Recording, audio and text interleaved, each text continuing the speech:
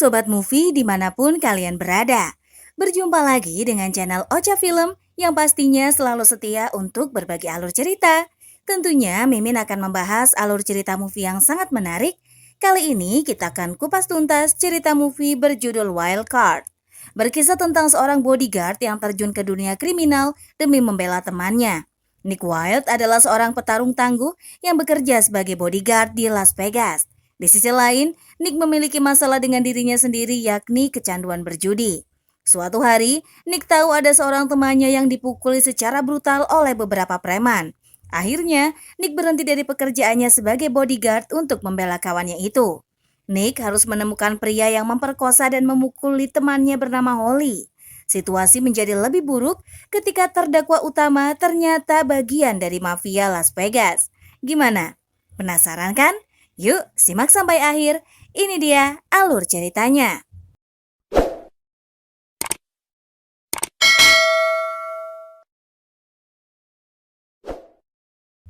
Cerita dibuka dengan memperlihatkan sosok wanita cantik masuk ke bar. Dia langsung memesan minuman ke bartender dengan sedikit gaya menggoda. Nick yang sedang duduk di meja sambil minum sendirian. Lantas wanita itu pergi menuju meja tamu menunggu seseorang. Tak lama muncul pria parubaya datang menjumpai wanita cantik bernama Doris. Dengan tergesa-gesa, Osgood mendatangi si wanita lalu meminta maaf karena datang terlambat sebab harus mengurus pekerjaannya di kasino. Doris hanya tersenyum manyun dengan kedatangan Osgood. Perdebatan kecil terjadi antara Doris, Osgood. Nick yang melihat hal itu pun langsung beranjak dari tempat duduknya, bermaksud ingin membawa Doris. Tapi saat tangan Doris ditarik, dia malah tidak ingin pergi dari hadapan Osgood. Tampak Osgood merasa terganggu dengan kelakuan Nick dan terjadi perdebatan di antara mereka. Karena kesal, Nick malah mencabut wig Osgood untuk menutupi separuh kepala botaknya dan itu membuat Osgood sangat marah. Lantas Doris pun membawa pacarnya Osgood keluar untuk menghindari pertengkaran, tapi Nick malah menyusul mereka. Don't do it again. I won't touch her again. Look, buddy, I don't think you want to make me mad. You? Hi, Osgood. Hey, excuse me. How can you even say that? I was the one who dragged you. Osgood terpancing dengan ejekan Nick, akhirnya membuat perkelahian di antara mereka. Nick tidak mengetahui kalau Osgood ternyata pandai bertarung dan Nick jatuh ke aspal. Melihat itu, Doris langsung membawa Osgood pergi dari tempat itu. Las Vegas merupakan kota kasino terbesar di dunia yang menjadi surga bagi para pecinta judi yang datang dari seluruh dunia manapun. Kehidupan malam sudah menjadi hal biasa di sana. Tampak sebuah mobil membuang seorang gadis di depan rumah sakit. Dengan merangkak, gadis itu mencoba masuk ke rumah sakit. Seorang perawat pria yang sedang istirahat sejenak keluar untuk menghisap rokok terkejut melihat wanita tadi di halaman parkir rumah sakit. Lalu wanita itu dibawa dalam keadaan babak belur dengan luka lebam di matanya dan keadaan bibir yang pecah. Saat dokter menanyakan siapa yang melakukan hal tersebut padanya, wanita itu hanya menyebut nama Nick, terus-menerus membuat dokter dan perawat mengira kalau Nicklah yang melakukan hal mengerikan itu padanya. Nick yang terbangun dari tidurnya bergegas pergi dari motel tempat dia menginap. Dia menikmati setiap hari dalam hidupnya yang tenang. Nick merupakan seorang pria yang bekerja sebagai konsultan keamanan di kantor pengacara Pinsuzion. Rekannya tak menyangka Nick akan datang bekerja di hari itu. Kemudian rekannya bernama Pinky menyodorkan surat kepadanya dan Nick meminta Pinky untuk membacakan isi surat itu. Setelah membaca salah satu isi surat pada Nick, Pinky menyarankan untuk tidak merespon orang itu dan Nick pun setuju. Lalu muncul seorang pria muda disambut oleh Pinky dengan memperkenalkan dirinya bernama Cyrus Kinnick. Tujuan Cyrus ke sana untuk mencari Nick Wilde, lalu Pinky mengatakan kalau Nick tepat berada di belakangnya. Maksud kedatangan Cyrus adalah untuk menemaninya ke kasino saat malam hari. Karena wajah muda Cyrus, makanya dia pun butuh pengawal. Kemudian Nick mempersilakan Cyrus untuk duduk. Ketika Cyrus mencoba mencari di buku panduan Vegas, dia tidak mendapati adanya nama Nick dan itu sangat mengganggunya sebab dia adalah penjudi yang sangat kaya. Oleh sebab itu, dia mencari semua penyedia keamanan, tapi nama Nick Wilde yang dia cari tidak ada. Lantas Nick menyuruhnya untuk mencari di kapel atau sekolah kepribadian. Akhirnya, Cyrus dapat mengetahui siapa Nick dari mantan kliennya. Obrolan berlanjut dengan Cyrus meminta Nick menceritakan tentang dirinya. Sebagai calon kliennya, Nick menceritakan semua tentang dirinya. Sebab, dan saat itu Cyrus pun merasa takjub, ternyata Nick hanya melebih-lebihkan tentang dirinya, dan itu membuat Cyrus tersenyum lalu tertawa. Kemudian kesepakatan pun terjalin, ketika Nick mendatangi sebuah kafe di parkiran, Osgood memanggil Nick bahwa dia berhasil membuat wanita yang bernama Doris itu jatuh cinta padanya. That was in character, man. It worked, Nicky. No, word to the wise. Said I was a coward and my breath was bad. Osgood yang bahagia dan senang akan memberikan bonus $500 pada Nick nanti. Namun Nick hanya mengambil $500 lalu mengembalikan $500 yang dia masukkan ke kantong Osgood. Melihat itu, Osgood berjingkrak riang lalu berlalu pergi.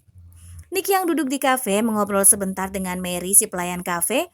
Mary memberitahukan Nick bahwa Holly menelpon Nick lantas mendatangi Holly ke rumahnya dan mendapati keadaan Holly yang menyedihkan. Lalu Nick memeluk Holly untuk menghiburnya. Holly menceritakan saat dia sedang sekarat, dia terus saja memanggil nama Nick yang membuat para suster dan dokter mengira kalau Nick lah yang melakukan hal itu. Dikarenakan hal itulah, Holly menelpon Nick, kemudian Holly menceritakan kronologi bagaimana dia sampai mengalami hal itu hingga orang hotel membuangnya ke unit gawat darurat. Holly mengeluarkan uang $100 untuk bayaran Nick sejam. Nick menolak dengan mengatakan kalau dia tidak bekerja hari itu. Holly hanya ingin menuntut mereka, tapi Nick menyarankan untuk menyewa pengacara karena dia bukan pengacara. Tapi Holly tidak tahu siapa dan tidak kenal mereka, serta tidak tahu berapa nomor kamar hotel yang mereka tempati. Holly tidak kenal pengacara, detektif, atau apapun, yang dia kenal hanya Nick. Di awal, Nick menolak membantu Holly. Nick menjelaskan alasannya karena ketiga orang yang melakukan kejahatan pada Holly itu bukan eksekutif IBM. Lantas Nick bertanya pada saat itu Holly memasuki hotel apa? Holly mengatakan kalau dia masuk ke hotel Golden Nugget. Nick sangat marah dan memarahi Holly karena dia sudah melarang untuk masuk ke sana. Nick menceritakan sedikit masa dulu saat dia baru pindah ke Vegas dan Holly masih seorang gadis kecil yang tinggal di seberang jalan. Tahun pertama Nick diajak gabung Baby, sejak itu Nick menjauh dari mereka dan begitu pun sebaliknya. Namun karena tidak tega melihat kondisi Holly, Nick akhirnya mencari tahu dengan mendatangi kepala penatu Millicent di Hotel Golden Nugget itu. Millicent yang didatangi Nick sangat senang karena tak ingin mengganggu pekerjaan Millicent. Nick langsung mencari informasi tentang orang yang dimaksud Holly, lalu Millicent menyuruh Nick datang ke Big Daddy's untuk bertemu setelah dia pulang kerja. Dari Millicent lah, Nick mengetahui nama pria yang berbuat keji pada Holly. Nama dari pria petarung yang dimaksud Holly adalah Danny DeMarco dari keluarga kaya Italia Timur, seorang putra dan pewaris yang menjadi kesayangan ayahnya. Danny selalu bersama dua bodyguard besar kemanapun dia pergi. Namun Millicent menasehati untuk tidak terlibat masalah dengan mereka. Setelah mendapatkan informasi, Nick menghubungi Holly bahwa dia tidak mendapat informasi sama sekali. Holly yang terlanjur sakit mengetahui kalau Nick berbohong. Dengan hati yang perih, Holly menceritakan pada Nick seperti apa perbuatan Danny padanya sebelum dia dilepaskan. Nick berusaha agar Holly tidak terlibat lagi dengan Danny, tapi Holly yang sudah terlanjur sakit hati dan dendam marah pada Nick karena tak mau membantunya. You did me something once. And then he pulled the trigger. She struck out, Holly. Couldn't find out. Only me. Fuck with these guys. Selanjutnya, Nick menjumpai Cyrus untuk melaksanakan tugasnya melindungi Cyrus berkeliling di Las Vegas dan ke kasino. Ketika Nick dan Cyrus berada di kasino restoran Golden Gate, Cyrus bertanya banyak hal pada Nick. Melihat Nick yang mulai kesal, Cyrus pun mengalihkan pembicaraan kalau dia ingin bermain judi dadu. Saat Cyrus sedang bermain, Nick didatangi Cassandra yang bekerja sebagai bandar. Mereka mengobrol sebentar, lalu Cassandra pergi untuk bekerja. Saat sedang menemani Cyrus minum, Nick mengingat kembali semua kata-kata Holly. Nick lalu mengatakan pada Cyrus kalau pekerjaannya hari ini selesai. Nick tak bisa menemani Cyrus lebih lama. Kalau Cyrus masih ingin di kasino, dia aman dan jika ingin pulang ada taksi yang akan mengantarnya sampai selamat ke hotel. Seusai bertugas, Nick mendatangi Holly. Nick mengatakan nama pria itu adalah Danny DeMarco yang menempati kamar 3506. Nick mengatakan semoga tuntutan Holly sukses. Mengetahui kalau Holly tidak tahu cara mengejar dan menuntutnya membuat Nick marah. Perdebatan kecil antara Holly dan Nick tak bisa dihindari. Holly meminta bantuan tapi Nick menolak hingga akhirnya Holly mengatakan kalau dia sangat ingin balas dendam pada Danny. Nick yang semula menolak permintaan Holly banyak merenung. Akhirnya Nick mendatangi Danny di kamarnya. Semula Nick tidak diperbolehkan masuk, namun saat dia menjual nama baby bodyguard yang satunya pun mengizinkan Nick masuk. Danny yang masih sombong dan angkuh sangat sepele ketika Nick membahas tentang Holly. Hinaan tak sampai di situ saja, Danny mengejek kalau Holly adalah pelacur dan Nick adalah germonya. Tapi Nick mengatakan kalau dia bukan germo dan dia legal sambil menunjukkan kartu kredit, SIM dan semua miliknya. Danny yang menganggap rendah Nick mengatakan dengan uang $50.000 cukup untuk membayar rasa tak sopan pada Holly. Lalu menunjukkan pistol pada Nick untuk menakut-nakutinya. Lantas Nick menghajar dua bodyguard Danny, lalu melemparkan kartu kredit miliknya ke bibir Danny. Nick yang berhasil melumpuhkan bodyguard dan mengikat mereka, lantas Holly melakukan hal yang sama seperti Danny memperlakukannya. Setelah puas mempermainkan Danny, Holly dan Nick pergi sambil membawa uang $50.000 yang Danny tawarkan.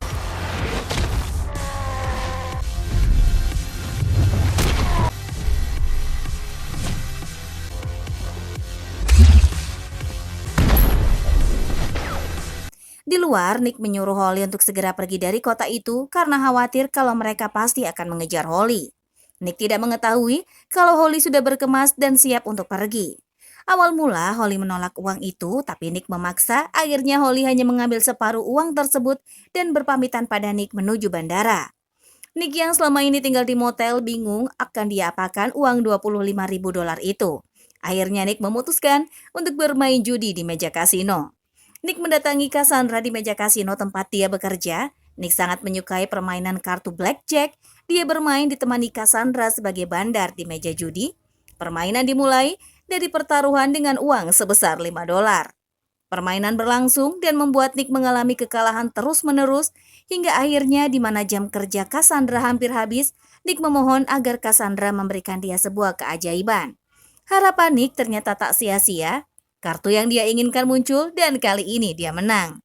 Saat melihat bandar diganti karena jam kerja Cassandra telah habis, Nick berhenti bermain karena tidak suka dengan petugas laki-laki dengan alasan karena pancaran mata petugas itu jahat. Kemudian Nick curcol bareng Cyrus di mejanya, dia curhat kalau keberuntungannya sedang menyertainya. Akan tetapi, mereka mengganti bandarnya karena hal itu Nick pun mengumpat. Lalu Nick menyadari bagaimana dia tahu kalau keberuntungannya bisa lenyap. Bergegas, Nick kembali ke meja judi permainan kartu blackjack. Malam itu menjadi malam keberuntungan Nick. Dia terus-menerus memenangkan taruhan hingga manajer kasino datang dengan wajah was-was. Nick bertanya apakah boleh menaikkan batasannya, tapi manajer kasino mengatakan tidak boleh. Mendengar penolakan itu dengan enteng Nick berkata dia akan main di seluruh meja. Manajer lalu pergi dari meja judi yang Nick mainkan. Cyrus yang melihat itu hanya tertawa kecil melihat tingkah Nick yang di luar perkiraan. Nick pun menjadi pusat perhatian pengunjung lain karena menang terus-menerus di meja judi. Dengan ditemani Cyrus, Nick tertawa bahagia di malam keberuntungannya. Nick bermain sampai pagi dan Nick terus memenangkan permainan hingga uang yang dia kumpulkan mencapai lebih dari $500.000. Dewi Fortuna memang sedang menyertainya hingga di permainan terakhir pun Nick memenangkan taruhan dan uang yang terkumpul sebesar $506.000. Saat itu juga Nick berhenti bermain. Nick yang mendadak kaya memberikan tips yang besar pada pelayan wanita yang sering membawakannya minuman untuk mengambil cuti dan mengunjungi ibunya. Pelayan itu lalu berterima kasih pada Nick. Dia terharu karena baru kali ini ada yang sangat baik memberikan banyak tips. Saat sedang mengobrol, Cyrus bertanya apakah Nick akan tinggalkan kota itu. Nick menjawab kalau lebih dari itu, dia akan melintasi negara dan benua. Isn't exactly a round number. Good. Thank you so much, Nick. Sudah lama Nick memimpikan hal itu. Dengan uang segitu, dia bisa pergi selama 5 tahun. Saat Cyrus bertanya apakah Nick tidak menyukai Vegas, Nick malah menjawab tidak ada alasan untuk tidak menyukai Vegas. Hanya saja virus berjudi yang menarik minat orang, Nick sudah merencanakan kemana dia akan pergi.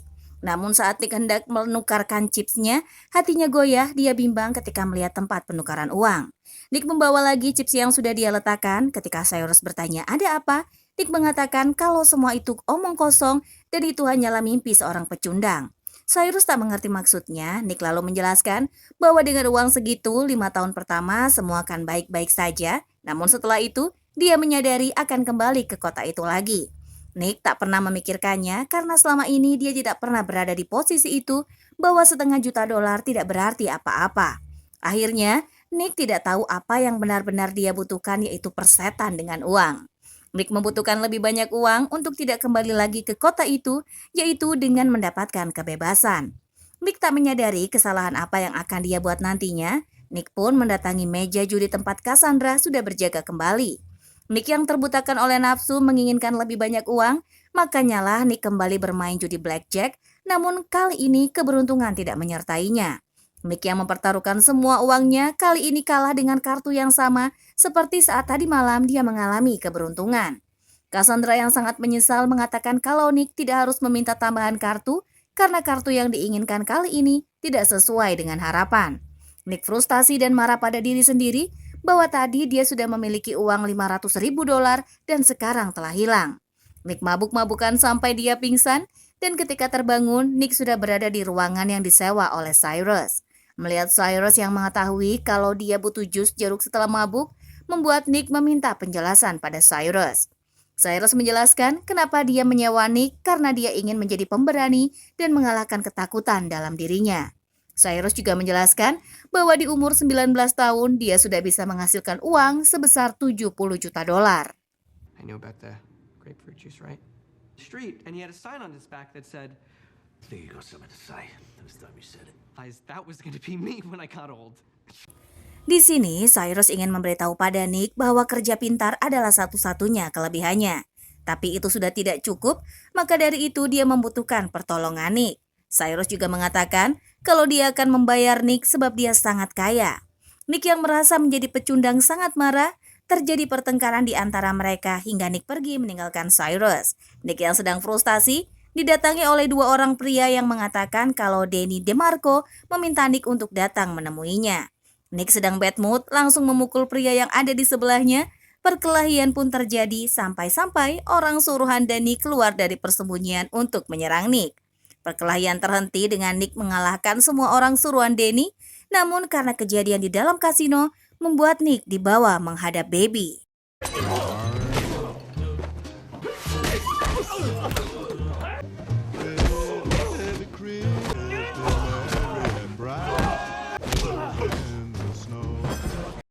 Baby merupakan pemimpin kelompok geng di Las Vegas dan berteman baik dengan Nick, namun karena ulah Nick yang mengganggu Danny membuat dia dalam masalah. Baby mengatakan bahwa ada pelaku yang sama yang menembak dia sedang terikat tak berdaya. Saksi mata mengatakan kalau yang melakukan itu adalah Nick, lalu Baby membawa Nick untuk disidang di hadapan Danny. Danny membuat kesaksian palsu di mana Nick datang hingga dia mengalami hal mengerikan. Dengan santainya, Nick menjawab pertanyaan Baby dengan pertanyaan. Baby yang mengetahui seperti apa Nick lebih percaya pada Nick karena yang membunuh 2 bodyguard itu adalah Danny sendiri. Nick juga menantang Danny untuk membuka pakaiannya karena di bagian tubuhnya ada sedikit potongan dari gunting taman yang dipakai Holly untuk melukai bagian tubuh Danny yang berharga. Danny yang kalang kabut dipaksa membuka bajunya, terus saja mengelak tidak ingin membuka pakaian karena itu prinsip. Dari kepanikan Danny dapat diketahui kalau Danny berbohong. Danny yang malu disuruh pergi oleh Baby dengan perasaan yang kesal. Danny pun mengancam Nick kembali. Sebenarnya Nick tidak peduli, tapi dia tidak ingin dikenal sebagai orang yang telah melakukan hal keji. Kemudian Baby dan anak buahnya pergi meninggalkan Nick. Kemudian Nick mendatangi kafe Silver Spoon untuk sarapan. Cyrus lalu duduk di samping Nick. Cyrus berpamitan karena dia akan pergi dan untuk ucapan terima kasih karena sudah mengajarkan banyak hal, dia ingin memberikan kado. Saat Nick bertanya apa itu, Cyrus mengatakan bahwa semua mempunyai ketakutan dan bukan hanya dia saja pengecut di muka bumi ini. Jadi Cyrus menyadari bahwa dia harus percaya pada dirinya sendiri. Nick mengaku kalau dia salah, jikapun dia menang $1 juta, dia akan mencari alasan untuk bermain lagi. Nick terpengaruh dalam obsesi. Cyrus sudah menduga apa yang akan Nick katakan, jadi dia sudah menaruh sesuatu di bawah meja Nick. Saat Nick mengambil dan melihat hadiah itu, ternyata 1 tiket pesawat dan cek senilai $500.000. I'm a trapped compulsive. Reach under the counter. See me tap dancing? one plane ticket to Corsica. Namun pada saat itu juga, Danny dan anak buahnya datang untuk menghabiskan Nick. Melihat itu, Cyrus mencoba mengalihkan perhatian agar Nick bisa kabur. Tapi ketika Nick mendengar kalau Danny dan kawan-kawan akan melakukan sesuatu pada Cyrus, Nick melompat dan mengajar Danny dan juga yang lainnya. Sejak saat itu, Nick dan Cyrus pun berteman, lalu Nick pergi mengejar mimpinya. Dan ceritanya pun berakhir sampai di sini.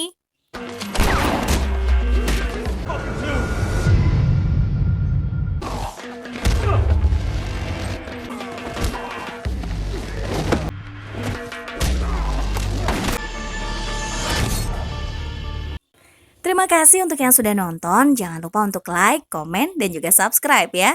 Sampai jumpa di video selanjutnya. Dadah!